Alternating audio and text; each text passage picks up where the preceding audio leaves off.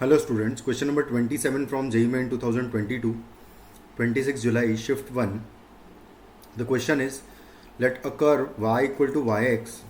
pass through the point 3, 3 and the area of the region under this curve above x-axis between the abscissa 3 and x, where x is greater than 3, be x by y to the power 3 है. If this curve also passes through the point alpha comma 6 root 10 in the first quadrant, then alpha का value बताना basically क्या आएगा. तो निकालते हैं यहाँ पर. सबसे पहले तो मैं एरिया लिखूंगा. अगर ये जो गिवन है मुझे कि इतना होगा 3 से लेके x के बीच का इस कर्व के अंडर, मान लेते हैं ये फंक्शन fx है. तो fx को जब इंटीग्रेट करेंगे 3 से लेके x के बीच में, तो ये हमको गिवन है कि इसका एरिया जो आ रहा है कितना आ रहा है, Y cube upon X cube आ रहा है.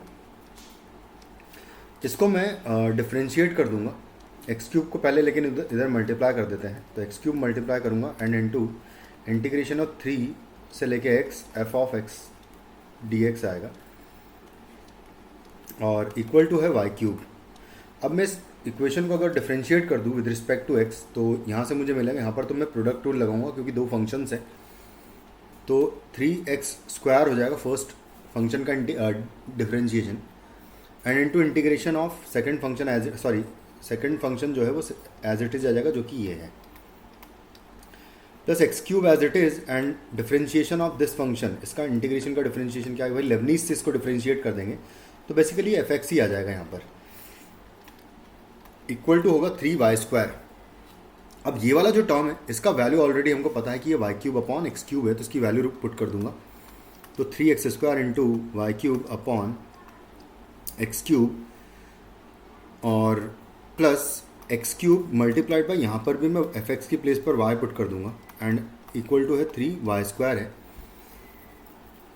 और एक और काम था, सॉरी, यहाँ पर मैं dy बाई डी एक्स लिखना भूल चुके हैं, तो इसको लिख लेते हैं. dy बाई डी एक्स भी तो आएगा भाई y का differentiation with respect to x.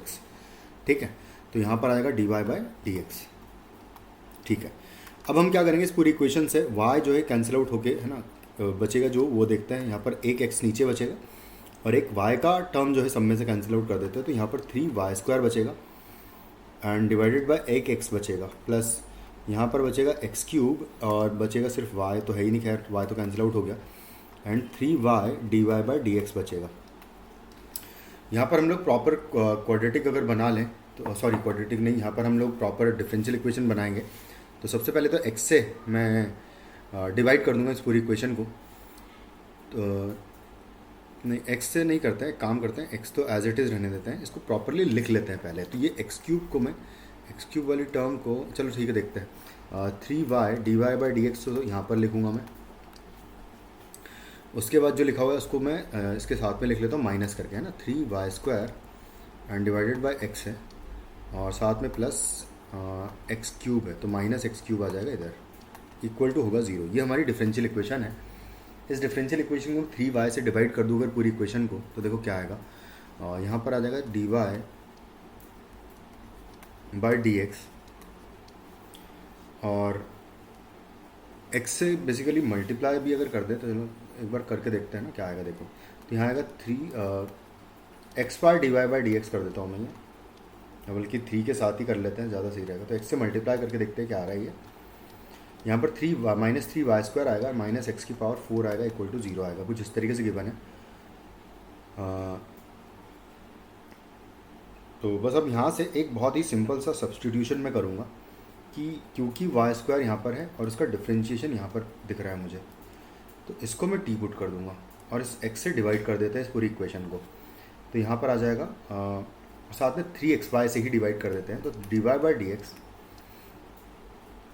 और इनटू यहाँ पर y रहने नहीं देते हैं, एक y इसको यहीं पर रहने देता हूँ, 3x से डिवाइड कर देते हैं इस पूरी इक्वेशन को. तो माइनस यहाँ पर आ जाएगा ये 3y² यहाँ पर, एक मिनट, 3y² ही था, करेक्ट है. ठीक है, तो इसको मैं डिवाइड किया हूँ 3x से, तो यहाँ पर यहाँ 3 गायब हो जाएगा, बचेगा y² अपॉन एक्स और इक्वल टू है x की पावर 4. कुछ इस तरीके से गिवन है. अब मैं y² को t पुट कर दूँ अगर, तो 2y dy by D X का value basically dt upon D X हो जाएगा. तो देखो ये डिफरेंशियल इक्वेशन कैसी दिखेगी अब, ये डिफरेंशियल इक्वेशन हो जाएगी यहाँ पर, इसकी प्लेस पर तो मैं D T upon D x D T by D x और डिवाइडेड बाई 2 भी लिखूँगा, माइनस तो बाद में लिखेंगे, तो माइनस नहीं आएगा sorry, 1/2 D T upon D X आ जाएगा in place of Y D Y by D X, minus यहाँ पर वाई स्क्वायर की प्लेस पर टी रख दूंगा, तो यहाँ आ जाएगा टी अपॉन एक्स है एंड इक्वल टू एक्स की पावर 4 तो ऑलरेडी है। इस पूरी इक्वेशन को 2 से मल्टीप्लाई कर दें तो ये इक्वेशन कुछ इस तरीके से दिखेगी। उसके बाद फिर हम क्या करेंगे कि अच्छा 3 से हमने डिवाइड किया था तो यहाँ से एक्स क्यूब नहीं किया और 3 से डिवाइड भी नहीं किया सॉरी, तो यहाँ से 3 से डिवाइड भी करेंगे और एक्स से भी डिवाइड किया है तो बेसिकली एक्स क्यूब अपॉन 3 बचेगा, तो हर एक जगह एक्स क्यूब अपॉन 3 ही बचेगा, यहाँ पर भी एक्स क्यूब अपॉन 3 आएगा, तो एक्स क्यूब अपॉन 2/3 हो जाएगा बेसिकली, यहाँ पर कुछ ऐसा कन्वर्जन होगा। अब हम क्या करेंगे, ये एक लीनियर डिफरेंशियल इक्वेशन है जिसका इंटीग्रेटिंग फैक्टर कैलकुलेट करूँगा मैं, -2 अपॉन एक्स डी एक्स कर देंगे पावर में ई की, तो -2 ln x आ जाएगा इसका इंटीग्रेशन, तो बेसिकली ई की पावर ln ऑफ x की पावर -2 हो जाएगा, तो यहाँ से 1/x² जो है वो इंटीग्रेटिंग फैक्टर आ जाएगा, तो t multiplied by integrating factor में इधर लिखूंगा और equal to integration of integrating factor multiplied by 2x³ लिखा हुआ है dx, ये x² x³ से कैंसिल आउट कर देंगे तो बचेगा सिर्फ x, यहाँ पर आएगा t/x² इक्वल टू आ जाएगा ऊपर सिर्फ x बचेगा यहाँ पर, तो बेसिकली उसका इंटीग्रेशन x² आएगा, तो 2 से 2 भी कैंसिल आउट कर देते तो क्या आ जाएगा लिख लेता हूँ मैं, तो ये हो जाएगा x² बचेगा यहाँ पर और प्लस कांस्टेंट आ जाएगा, बस इतना टर्म यहाँ पर बचेगा। अब मैं उसने कहा है कि ये जो कर्व है वो 3,3 से पास कर रहा है, तो यहाँ पर जब पास कराएंगे उससे पहले t का वैल्यू भी सब्सटीट्यूट कर देते हैं y², तो यहाँ पर आ जाएगा y² upon x² equal to x² upon 3 and plus constant है, तो यहाँ पर मैं y² इज इक्वल टू, यहाँ पर एक काम करते हैं अभी रहने देते हैं, कांस्टेंट का वैल्यू निकाल लेते हैं, यहाँ पर 3,3 पुट कर दूंगा अगर मैं, तो यहाँ पर 3² अपॉन 3² आ जाएगा इक्वल टू 3² अपॉन 3 और आएगा प्लस कांस्टेंट, तो बेसिकली कांस्टेंट का वैल्यू ये तो 1 हो जाएगा और यहाँ पर 3 बचेगा, तो -2 जो है वो आपका कांस्टेंट का वैल्यू आएगा, तो जो फंक्शन होगा वो हो जाएगा y² is equal to X की पावर 4/3 हो जाएगा, x² से मल्टीप्लाई भी कर देते हैं पूरी इक्वेशन को और यहाँ पर आ जाएगा -2 x² आ जाएगा, तो ये हो जाएगा आपका फंक्शन। अब हमें जो वैल्यू निकालनी है वो इस पॉइंट पर, ये पॉइंट सेटिस्फाई कर देता हूँ अल्फ़ा 6√10,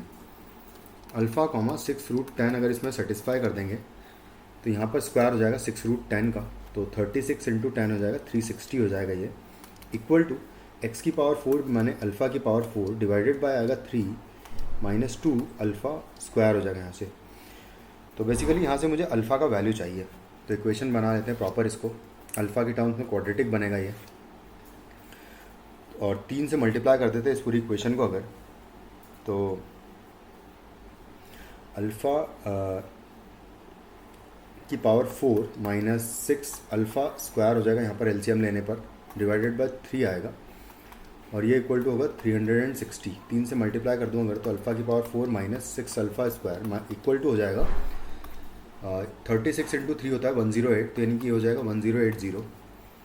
तो यहाँ से alpha square -6 alpha square -1080 equal to 0, ये प्रॉपर क्वाड्रेटिक इस तरीके से बन जाएगी। और इसको फैक्टराइज भी कर लेते हैं, तो इसको 2 फैक्टर्स में ब्रेक करूँगा मैं, अल्फ़ा स्क्वायर माइनस एक तो आएगा 36 और दूसरा फैक्टर आएगा अल्फ़ा स्क्वायर और मुझे 6 लाना है और दोनों का मल्टीप्लिकेशन भी नेगेटिव होना चाहिए, तो ये पॉजिटिव ही आएगा, जाहिर सी बात है, और पॉजिटिव आएगा तो डिफरेंस अगर 6 करना है तो बेसिकली यहाँ पर आ जाएगा +30 इक्वल टू 0, क्योंकि इन दोनों का मल्टीप्लिकेशन 1080 भी हो रहा है। तो यहाँ से अल्फ़ा स्क्वायर का वैल्यू एक तो 36 आ रहा है और एक आएगा नेगेटिव, यहाँ से कोई आंसर नहीं मिलेगा हमें, और अल्फ़ा का वैल्यू यहाँ से ±6 आ रहा है, लेकिन हमें उसने ये जो कर्व कहा है x का वैल्यू जो है बेसिकली यहाँ पर पॉजिटिव के लिए हमने लिखा है, ये अब x एक्सीज है तो अल्फ़ा बेसिकली पॉजिटिव ले लेंगे, तो हमें जो अल्फ़ा का वैल्यू मिलेगा वो आ जाएगा अल्फ़ा इज इक्वल टू 6, ये हो जाएगा हमारा आंसर। Thank you.